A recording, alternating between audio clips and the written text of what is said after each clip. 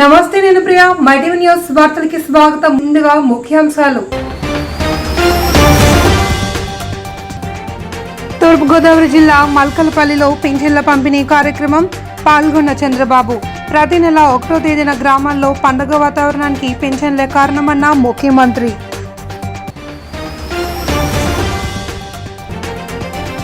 AP బీజేపీకి కొత్త boss. అధ్యక్షుడిగా బాధ్యతలు స్వీకరించిన మాజీ ఎమ్మెల్సీ పివిఎన్ మాధవ్ పార్టీని మరింత బలోపేతం చేసేందుకు కృషి చేస్తానని వెల్లడి.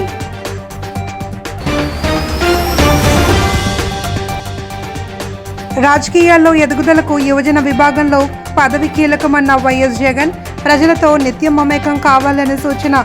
యువజన విభాగం ప్రతినిధుల సమావేశంలో దిశానిర్దేశం. ప్రతి నెల 1వ తేదీన గ్రామాల్లో పండుగ వాతావరణం నెలకొంటుందని, దానికి ప్రభుత్వం అందిస్తున్న పింఛన్లే కారణమని ఆంధ్రప్రదేశ్ ముఖ్యమంత్రి నారా చంద్రబాబు నాయుడు అన్నారు. త్వరలో మహిళలకు ఉచిత బస్సు ప్రయాణ సౌకర్యం కల్పిస్తామని తెలిపారు. తూర్పుగోదావరి జిల్లా మల్కలపల్లిలో జరిగిన పింఛన్ల కార్యక్రమంలో ఆయన పాల్గొన్నారు. లబ్ధిదారులకు పింఛన్లు అందజేసిన అనంతరం ప్రజావేదికలో ఆయన ప్రసంగించారు. ఈ సందర్భంగా చంద్రబాబు నాయుడు మాట్లాడుతూ, గత ప్రభుత్వ హయాంలో ఉద్యోగులకు జీతాలు, లబ్ధిదారులకు పింఛన్లు సక్రమంగా అందని దుస్థితి ఉండేదని, తమ ప్రభుత్వం పేదల సేవలో అనే కార్యక్రమం ద్వారా అర్హులైన ప్రతి ఒక్కరికి అండగా నిలుస్తోంది అని తెలిపారు.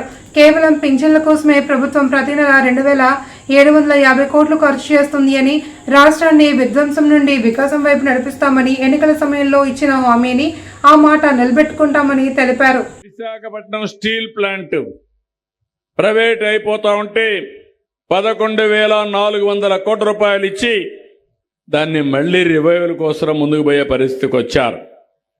అటు కేంద్ర సహకారం తీసుకున్నాం, ఇటు మన అభివృద్ధి కార్యక్రమాలతో ముందుకు పోతున్నాం. ఈరోజు యువత ఉంది, మీకు ఉద్యోగాలు కల్పిస్తానని మాట ఇచ్చాను.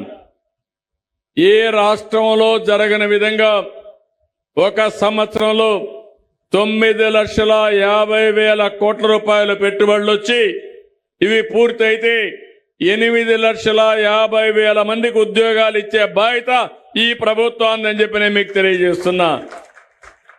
ఇదే కాదు, ఈరోజు మీరు చూస్తే ఇప్పటికే 5,00,000 కోట్ల రూపాయలు పనులు ప్రారంభమైనాయి.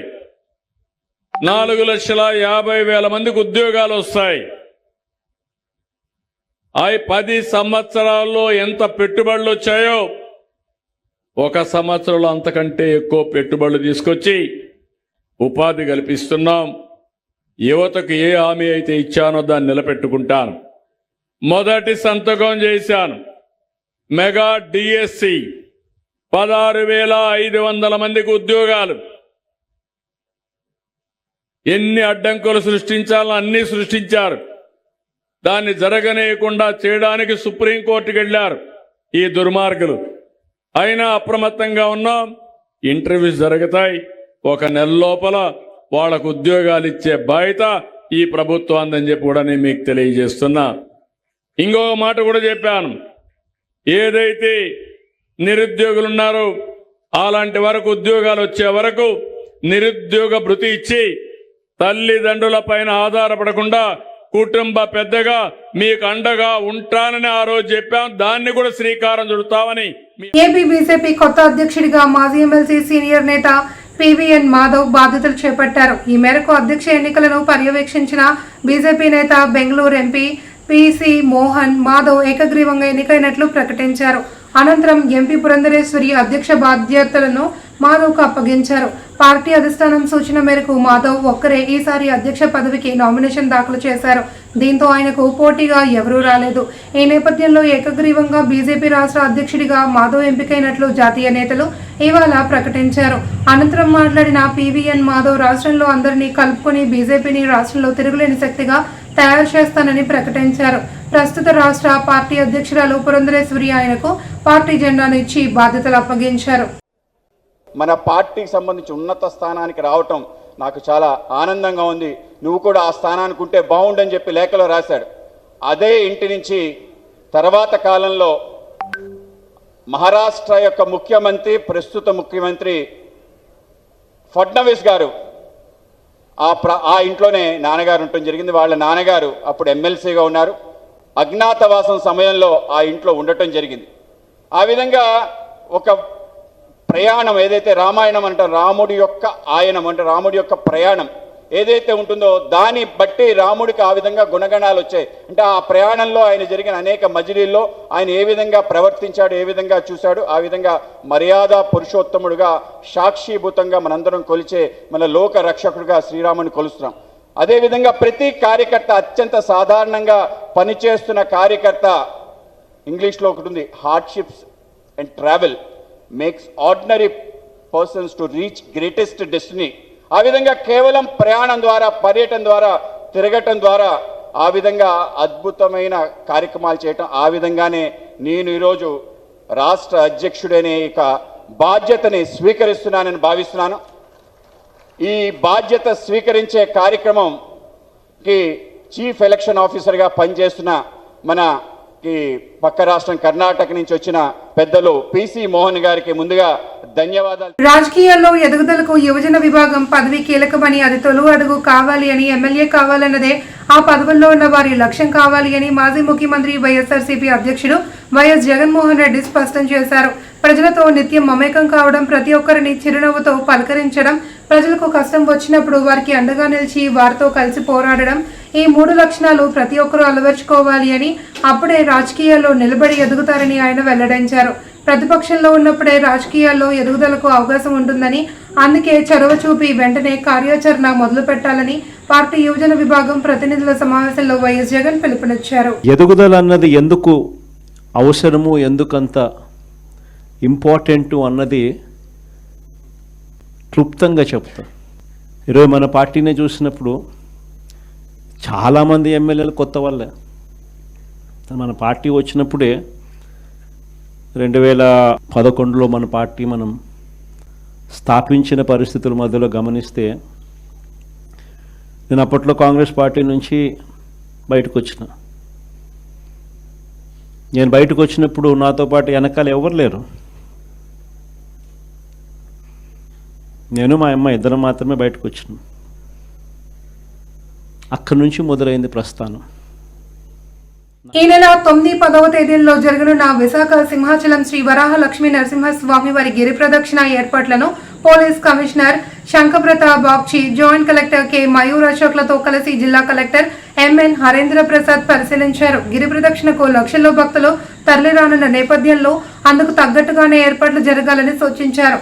కొండపై ఎటువంటి ఇబ్బందికర పరిస్థితులు రాకూడదని అన్ని శాఖల అధికారుల సమన్వయంతో పనిచేసి గిరి ప్రదక్షిణ కార్యక్రమాన్ని విజయవంతం చేయాలి అని కోరారు. కొండ చుట్టూ ప్రదక్షిణ చేసి ఆలయానికి చేరుకునే భక్తులకు అన్ని సౌకర్యాలు కల్పించాలని ఆదేశించారు.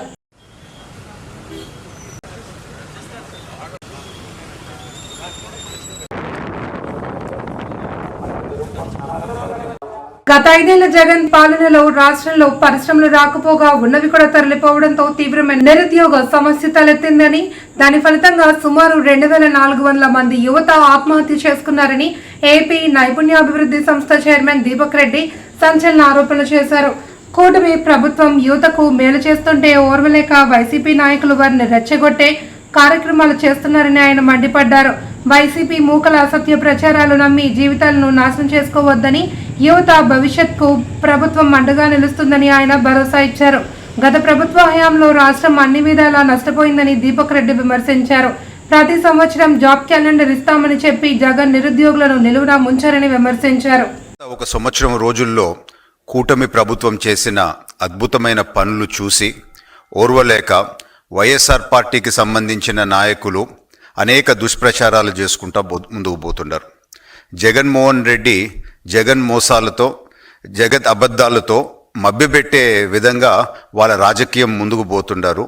నాకు అనిపించేది ఏంటి అని అంటే, ఆపోజిషన్ స్టేటస్ కూడా ఇవ్వలేదు వైసీపీ పార్టీకి అనే బాధతో ఆంధ్ర రాష్ట్ర ప్రజలపైన కక్షగట్టినట్టు నాకు అర్థమవుతూ ఉంది. మీరు చూస్తే ఇప్పుడు అన్ని రకాల వర్గాల ప్రజల్ని ఏదో ఒక విధంగా అసత్యాలు చెప్పి మభ్యపెట్టే ప్రయత్నాలు చేస్తూ ఇప్పుడు చివరిగా యువత దగ్గరికి వచ్చినారు.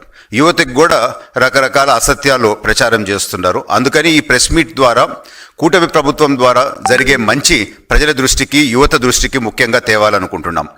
గతంలో మీరు చూస్తే వైఎస్ఆర్ పార్టీ 2,30,000 ఉద్యోగాలు ఇస్తాము అని చెప్పి హామీ ఇచ్చి ప్రతి సంవత్సరము జాబ్ క్యాలెండర్ తీసుకొని వస్తాము అని చెప్పి నిరుద్యోగ యువతకి నిలువున ముంచింది వాస్తవం కాదా అని చెప్పి నేను ఈరోజు ప్రశ్నిస్తున్నాను. తెలంగాణ రాష్ట్రం పాలసమైలారంలో పేలుడు సంభవించి సిగాచి కంపెనీని ముఖ్యమంత్రి రేవంత్ రెడ్డి పరిశీలించారు. ప్రమాదం జరిగిన తీరును, ప్రాణ నష్టం ఎక్కువగా ఉండడానికి గల కారణాలను అడిగి తెలుసుకున్నారు. ఇంతకు ముందు సిగాచి ఫ్యాక్టరీని ఎప్పుడు తనిఖీ చేశారని అధికారులను ప్రశ్నించారు.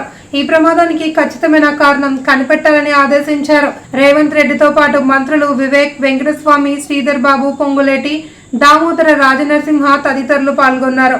అనంతరం ఆసుపత్రికి వెళ్లి క్షతగాత్రులను పరిశీలించారు. అక్కడ యాజమాన్యంతో కూడా చర్చిస్తూ నష్ట నివారణ చర్యలకు పూర్తి స్థాయిలో ప్రభుత్వం చర్యలకు ఉపక్రమించింది.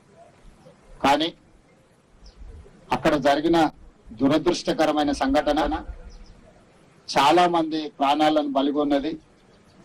ఇది అత్యంత విషాదకరమైన సంఘటన.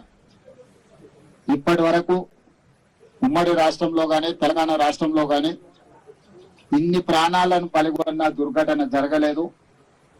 అందుకే ఈరోజు నిన్నటి నుంచి మా మంత్రులు నిరంతరం పర్యవేక్షిస్తూ సంస్థ యొక్క యజమానులతో, ప్రభుత్వ అధికారులతో, అదేవిధంగా fire department, Hydraa, disaster management, police సిబ్బంది, రెవెన్యూ సిబ్బంది అన్ని శాఖలను సమన్వయం చేసుకుంటూ అక్కడ చర్యలకు ఉపక్రమించడం జరిగింది. మంత్రుల పర్యవేక్షణతో పాటు ఈరోజు నేనే స్వయంగా ఇక్కడికి వచ్చి దుర్ఘటనను పరిశీలించి దీనికి సంబంధించిన వివరాలను సేకరించి దానికి సంబంధించిన ప్రభుత్వం తీసుకోవాల్సిన చర్యలను అన్నిటిని కూడా ప్రభుత్వం చేపట్టవలసిన బాధ్యతను కూడా ఈ రోజు అధికారులకు ఆదేశాలు ఇవ్వడం జరిగింది. తీవ్ర ఆర్థిక ఇబ్బందుల్లో ఉన్న సినీ నటి వాసుకి అలియాస్ పాకిజాకి ఉప ముఖ్యమంత్రి పవన్ కళ్యాణ్ ఆప్తహస్తం అందించారు. ఆమె దీన పరిస్థితి తెలిసి చలించిన పవన్ కళ్యాణ్ 2 లక్షల రూపాయల ఆర్థిక సాయం ప్రకటించారు. మంగళగిరిలోని జనసేన కేంద్ర కార్యాలయంలో ఈ మొత్తాన్ని శాసన మండలిలో ప్రభుత్వ whip P Hariprasad, P Gannavaram శాసనసభ్యుడు గిడ్డి సత్యనారాయణలు పాకిజాకు అందించారు. పవన్ కళ్యాణ్ చేసిన సాయానికి పాకిజా కృతజ్ఞతలు తెలిపారు. చిన్నవారైనా ఎదురుగా ఉంటే కాళ్ళు మొక్కుతానంటూ భావోద్వేగానికి లోనయ్యారు. తన ఆర్థిక పరిస్థితి గురించి పవన్ కార్యాలయానికి తెలియజేశానని, తక్షణం స్పందించి తగిన విధంగా ఆర్థిక సాయం అందించారని తెలిపారు. నేను చాలా కష్టంలో ఉన్నాను, తినటానికి కూడా వీలు లేదు. ఒక తమిళనాడులో ఎవరు నన్ను పట్టించుకోలేదు. తమ్ముడు గారు, డిప్యూటీ సీఎం గారు, పవన్ కళ్యాణ్ గారికి నేను చెప్పాను. వెంటనే నాకు ఆర్థిక డబ్బులు 2 లక్షలు సహాయం చేశారు. నాకు చిన్న తమ్ముడు కాలు పట్టుకుంటాను. ఏలేల జమ్మానికి తమ్ముడు డిప్యూటీ సీఎంకు మర్చిపోను. నేను అప్పుడే ఇంటర్వ్యూలో సుమన్ టీవీలో చెప్పాను, నెక్స్ట్ సీఎం తమ్ముడు గారు పవన్ కళ్యాణ్ గారు అన్నాను. తమ్ముడు గారికి చాలా పెద్ద గొప్ప మనసు. నేను తమిళనాడులో పుట్టి పెరిగి ఆల్రెడీ అన్నయ్య, చిరంజీవి అన్నయ్య, నాగబాబు అన్నయ్య, మెగా పవర్ స్టార్ ఫ్యామిలీ, ఇప్పుడు వాళ్ళు ఫ్యామిలీతో నేను బతుకుతున్నాను. నేను ఆ భోజనం, నేను కట్టుకున్న చీరలు ఆ వదిన గారు ఇచ్చారు. తనపై తప్పుడు ఆరోపణలు చేస్తూ ప్రచారం చేసిన పాదం మూర్తి నాయుడు అరెస్టుపై పోలవరం ఎమ్మెల్యే చెర్రి బాలరాజు స్పందించారు. ఏలూరు జిల్లా పోలవరం నియోజకవర్గంలో ఎమ్మెల్యే మాట్లాడుతూ తనపై అసత్యాలు ప్రచురించిన వ్యక్తిపై చర్యలు తీసుకున్న పోలీసులకు అభినందనలు తెలిపారు. చట్టం యొక్క పనితీరును హర్షిస్తూ జీలుగుమిల్లి ప్రధాన రహదారిపై సంతోషం వ్యక్తం చేశారు. పోలీసులు అరెస్ట్ చేయడం జరిగింది. దీనికి సంబంధించి గత 6 నెలలుగా ఎన్నో బ్లాక్మెయిల్ చేసుకుంటూ, అందరినీ బెదిరించుకుంటూ, అనేక అక్రమాలకి పాల్పడినటువంటి వ్యక్తికి ఈరోజు సరైన గుణపాఠం ప్రభుత్వం వారు చేసినందుకు ధన్యవాదాలు తెలియజేస్తున్నాం. అలాగే ఈరోజు పోలవరం కాన్స్టిట్యున్సీ చూసుకున్నట్లయితే మేము గెలిచిన సంవత్సర కాలంలో అనేక అభివృద్ధి కార్యక్రమాలు చేసుకుంటూ వస్తుంటే ప్రజల్లో, అలాగే కూటమిని చెడగొట్టే విధంగా, అలాగే అధిష్టానంలో మా పేరు మమ్మల్ని చెడ్డ చేసే విధంగా ఇలాంటి వ్యక్తి ఒకడు ఉండి ఈ విధంగా చెడు ప్రచారం చేస్తూ అనేకమైనటువంటి చెడు వార్తలు 9 వార్తలు వేశాడు నా మీద. ఇప్పటివరకు అతని మీద కఠిన చర్యలు తీసుకోవాలని నేను అనేక సార్లు మేము పోలీసు వారికి తెలియచేయడం జరిగింది. అనేక తప్పుడు కథనాలు ప్రచురిస్తూ ప్రజల్ని భయభ్రాంతులకు గురి చేస్తూ, అలాగే ప్రజల్ని అయోమయానికి గురి చేస్తున్నారు. పిఠాపురం ఏరియా డెవలప్మెంట్ అథారిటీ కార్యాలయంలో నిర్వహించిన PGRS కార్యక్రమంలో పాడా పీడీ చైత్రవర్షిని పాల్గొని పిఠాపురం పరిసర ప్రాంతాల ప్రజల నుండి వివిధ అర్జీలను స్వీకరించారు. పిఠాపురం అగ్రహారం సమీపంలో గల ఇల్లిందరాడలో బ్రాందీ షాప్ను ప్రారంభించారని, దీనివల్ల ఆ ప్రాంతంలో నివసిస్తున్న ప్రజలకు అనేక ఇబ్బందులు కలుగుతున్నాయి అని స్థానికుడు వజ్రపు బాబీ ఫిర్యాదు చేశారు. అదేవిధంగా ప్రభుత్వం ప్రకటించిన విధంగా ప్రైవేట్ స్కూళ్లలో ఉచిత ఫ్రీ ఎడ్యుకేషన్కు అర్హత సాధించిన విద్యార్థులకు ప్రైవేట్ స్కూల్ యాజమాన్యం సహకరించడం లేదని, ఫీజులు తప్పనిసరిగా చెల్లించాలి అని డిమాండ్ చేస్తున్నారని విద్యార్థినిల తల్లిదండ్రులు పాడా కార్యాలయంలో ఫిర్యాదు చేశారు. ఈ సందర్భంగా పాడా పీడీఏ చైత్రవర్షిని మాట్లాడుతూ పీజీఆర్ఎస్ కార్యక్రమంలో వివిధ అంశాలపై 46 అర్జీలు అందాయన్నారు. పిఠాపురం నియోజకవర్గంలో ఇల్లింద్రాడ గ్రామంలో శివశక్తి టౌన్షిప్లో అశ్వని వైన్ షాప్ అని దౌర్జన్యంగా లైసెన్స్ తీసుకొచ్చి మా యొక్క గృహాలు ఉన్నాయి, ఎదురుగుంట స్కూల్ ఉంది, అలాగే బైపాస్ రోడ్ ఆనుకుని కూడా ఈ యొక్క మన బ్రాందీ షాప్ ఉంది. అదే వీధిగా దాని తిన్నగా రోడ్డు మార్గాన వెళ్తే ఇల్లులు ఉన్నాయి. అదే దారి మార్గాన్ని కూడా 100 మీటర్ల దూరంలో కోర్టు కూడా ఉన్నది. ఇవన్నీ కూడా పరిగణలోకి తీసుకుని మా యొక్క మనోభావం దెబ్బతీయకుండా ప్రభుత్వం వారు తక్షణమే చర్యలు తీసుకుని మా యొక్క ఆ విషయాన్ని ఎక్కడితోటి ఆపివేసి బ్రాందీ షాప్ని చేయాలని కోరుకుంటున్నాం. ముఖ్య ఉద్దేశం ఏంటంటే మద్యం సేవించిన వారు ఆ సేవించిన తర్వాత వాళ్ళు వెళ్ళే నడవడిక ఏ రకంగా ఉంటుందో అందరికీ తెలిసిన విషయమే. అదేవిధంగా బైపాస్ రోడ్డుకు ఆనుకుని ఉండడం వల్ల వీళ్ళు మద్యం మత్తులో వెళ్ళి ఒకవేళ చిత్తూరు జిల్లా కుప్పానికి ప్రభుత్వ డిగ్రీ మరియు ఐటీఐ కళాశాలను తీసుకువచ్చిన ఘనత కాంగ్రెస్ పార్టీకి దక్కుతుంది అని ఆ పార్టీ నియోజకవర్గ ఇన్ఛార్జి ఆవుల గోపి తెలిపారు. మీడియా సమావేశంలో ఆయన మాట్లాడుతూ నియోజకవర్గంలో ఎలాంటి అభివృద్ధి జరిగినా అది చంద్రబాబు హయాంలో జరిగినట్టు చెప్పుకోవడం హాస్యాస్పదమన్నారు. కాంగ్రెస్ పార్టీ హయాంలో కుప్పంలో అనేక అభివృద్ధి కార్యక్రమాలు చేపట్టడం జరిగిందని, రాష్ట్ర ముఖ్యమంత్రి నారా చంద్రబాబు నాయుడు తన సొంత నియోజకవర్గమైన కుప్పంలో 40 సంవత్సరాలుగా 3 ప్రైవేట్ విద్యా సంస్థలు మాత్రమే ఏర్పాటు చేశారని ఆరోపించారు. ఈ కార్యక్రమంలో మున్సిపల్ ఇన్ఛార్జి నిజాం, 4 మండలాల ఇన్ఛార్జీలు మునస్వామి, నంజప్ప, కృష్ణప్ప, సుబ్రహ్మణ్యం, మైనారిటీ ఇన్ఛార్జి ఇర్ఫాన్ తదితరులు పాల్గొన్నారు. ఇక్కడ ప్రజలు కాంగ్రెస్ పార్టీకి మద్దతు ఇవ్వకపోయినా కాంగ్రెస్ పార్టీ మేము స్థానికులు కాబట్టి, కుప్పం నియోజకవర్గ స్థానికులు కాబట్టి ఈ కుప్పం నియోజకవర్గాన్ని గుర్తుపెట్టుకొని మన పార్టీ అధికారంలో ఉంది, మనం ఈ కుప్పం నియోజకవర్గానికి ఏదో మన చేతనైనట్టు పని చేయాలని మా ముఖ్యమంత్రి రాజశేఖర రెడ్డి గారిని పిలిచి డిగ్రీ కాలేజ్ తెచ్చాం, ఐటీఐ కాలేజ్ తెచ్చాం, కస్తూరిబాయి పాఠశాల ఇవి తెచ్చాం.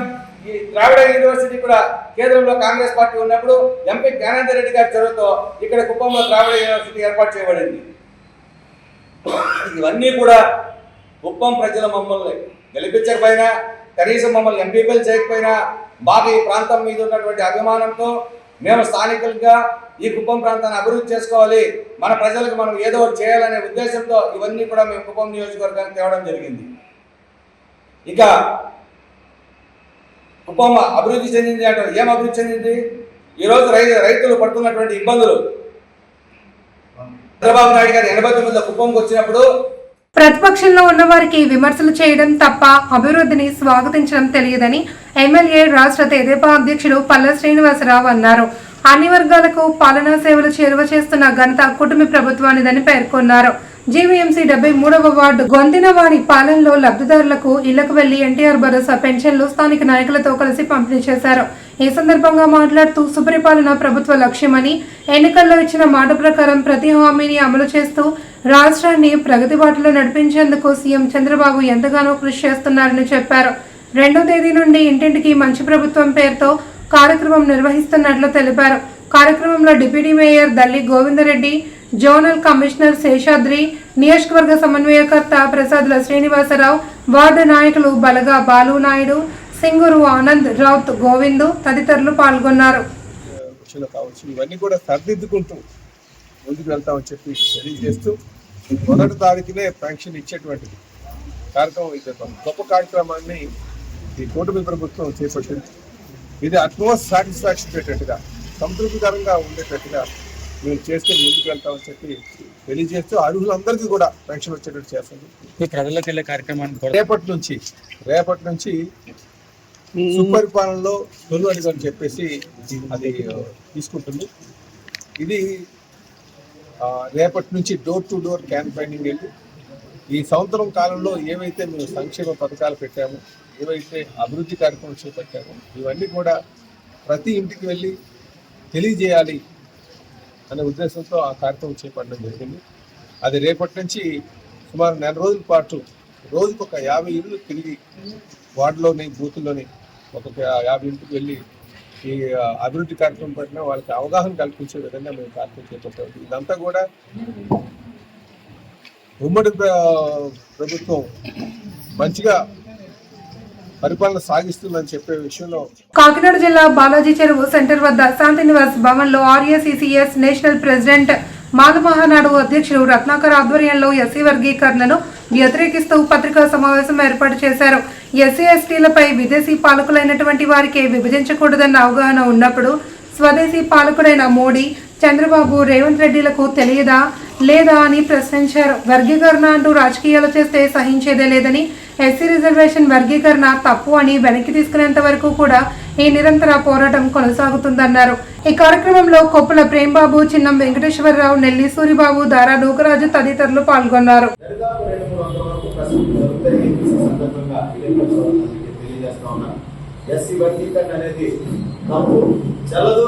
తెలుగు రాష్ట్రాల్లో జరిగినటువంటి ఎస్సీ వర్గీకరణ టెంపరీ మాత్రమే. దీన్ని వెనక్కి తీసుకునేంత వరకు కూడా నిరంతర పోరాటం కొనసాగుతుందన్న విషయాన్ని మీకు అందరికీ తెలియజేస్తామని మిత్రులారా, మరి ముఖ్యంగా ఈ ఎస్సీ ఎస్టీలు అనేటటువంటి గ్రూపుల్ని స్వాతంత్రం రాకముందు 1935లో బ్రిటిష్ ప్రభుత్వం క్రియేట్ చేసి వారికి రిజర్వేషన్ ఇవ్వడం జరిగింది. మిత్రులారా, నేను చెప్పదలుచుకుంది ఏంటంటే ఎస్సీ ఎస్టీలు అనేటువంటి పదాలను తయారు చేసింది స్వతంత్రం వచ్చిన తర్వాత కాదు, బ్రిటిష్ ప్రభుత్వం అనే విషయాన్ని ఈ సందర్భంగా మీకు అందరికీ తెలియజేస్తా ఉన్నాను. అఫీషియల్ గా రిజర్వేషన్ ఇచ్చిందే బ్రిటిష్ ప్రభుత్వం ఈ దేశంలో. ఆ రోజునే భూములు కానీ ఆస్తులు కానీ ఎవరికి పంచకుండా కేవలం రిజర్వేషన్ అనేది ఒక నష్టపరిహారంగా ఇచ్చినటువంటి సంఘటన ఇది. నష్టపరిహారం అంటే ఇది కూడా ఎంగిలి వెతుకులు అనమాట. నష్టపరిహారం ఇచ్చింది నాటు వెతుకులు ఇచ్చారు.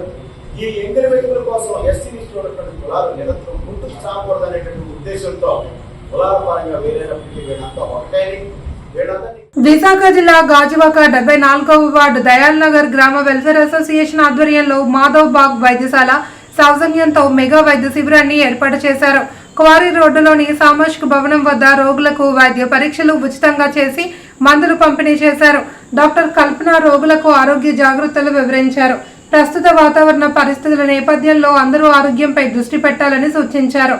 తీసుకునే ఆహారం సరైనది అయితే ఆరోగ్యవంతంగా ఉంటారని తెలిపారు. అసోసియేషన్ గౌరవ అధ్యక్షుడు చంద్ర మురళీకృష్ణ, అధ్యక్షుడు డాక్టర్ రాజారావు, సీకు రమణ, పతివాడ జయకృష్ణ, పెంటకోట శంకర్రావు, పాలిశెట్టి మహాలక్ష్మీ నాయుడు, పొలిమేర రామసూరి తదితరులు పాల్గొన్నారు. డాక్టర్ రాజారావు గారు దయాల్నగర్ గ్రామ వెల్ఫేర్ అసోసియేషన్ అధ్యక్షులు మరియు దయాల్నగర్ గ్రామంలో అనేక సేవా కార్యక్రమాల్లో ఒక భాగము. ఎందుకంటే ఆరోగ్యమే మహాభాగ్యం. ఈ యొక్క ప్రతి ఒక్కరూ కూడా ఈరోజు మెడిసిన్ లేని ఇల్లు లేదు, టాబ్లెట్ వాడిన మనిషి లేడు. అందుకోసమే ప్రతి ఒక్కరూ ఆరోగ్యంగా ఉండాలని అవతల ప్రభుత్వాలు కానీ గ్రామంలో పెద్దలు కానీ కోరుకుంటున్నాం మనస్ఫూర్తిగా. ఈరోజు మాధవ్ బాగ్ అనే సంస్థ నుండి ఆయుర్వేద శిక్షలు మెడిసిన్స్ ఉచితంగా అందిస్తున్నాం. ప్రతిదీ కూడా ఇక్కడికి వచ్చి ప్రతి ఒక్కరూ కూడా వినియోగించుకోవాలని మనస్ఫూర్తిగా కోరుకుంటూ సెలవు తీసుకుంటాను. సీఎం తన సొంత నియోజకవర్గం కుప్పంలో 2వ రోజు పర్యటన ఖరారైంది. మంగళవారం సాయంత్రం శాంతిపురం మండలం కడపల్లి వద్ద సొంతింటికి చేరుకుని రాత్రికి అక్కడ బస చేస్తారు. బుధవారం శాంతిపురం మండలంలో అధికారిక కార్యక్రమాల్లో పాల్గొన్న అనంతరం తొమ్మిసి వద్ద ఏర్పాటు చేసిన భారీ బహిరంగ సభలో పాల్గొంటారు. ముఖ్యమంత్రి పర్యటన నేపథ్యంలో జిల్లా అధికారులు ముమ్మర ఏర్పాట్లు చేపట్టారు. తులసినాయనిపల్లి గ్రామం మోడల్ స్కూల్ దగ్గర ముఖ్యమంత్రి బహిరంగ సభలో పాల్గొంటారు. ముఖ్యమంత్రి పర్యటన నేపథ్యంలో ఆయన పాల్గొనే కార్యక్రమాలు నిర్వహించనున్న ప్రదేశాలను ముందస్తు పర్యటన ఏర్పాట్లలో భాగంగా కలెక్టర్ సుమిత్ కుమార్ కడాపీడి వికాస్ మర్మత్ పనులను పరిశీలించారు. తొమ్మిసి పంచాయతీ డుంకుమాని పల్లె వద్ద హెలిప్యాడ్ ప్రాంతానికి వెళ్లి అక్కడ చేయాల్సిన ఏర్పాట్ల గురించి అధికారులకు సూచనలు చేశారు.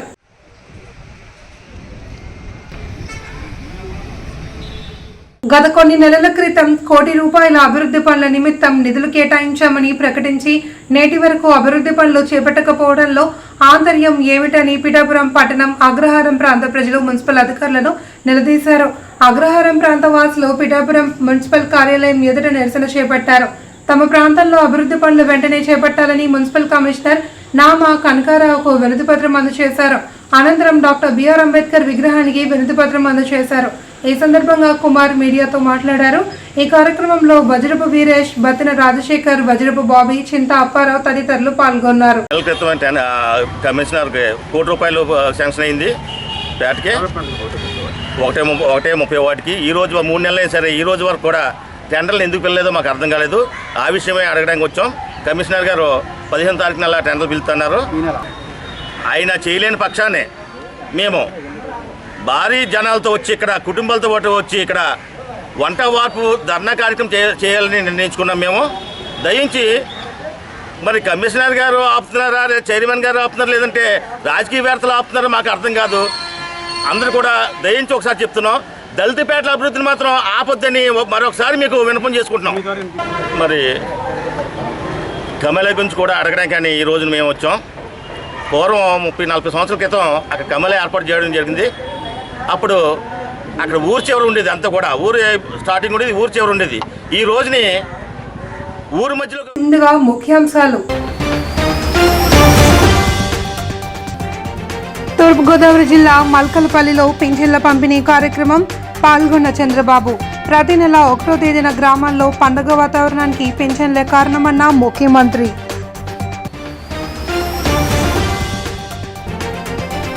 ఏపీ బీజేపీకి కొత్త బాస్. అధ్యక్షుడిగా బాధ్యతలు స్వీకరించిన మాజీ ఎమ్మెల్సీ పివిఎన్ మాధవ్ పార్టీని మరింత బలోపేతం చేసేందుకు కృషి చేస్తానని వెల్లడి.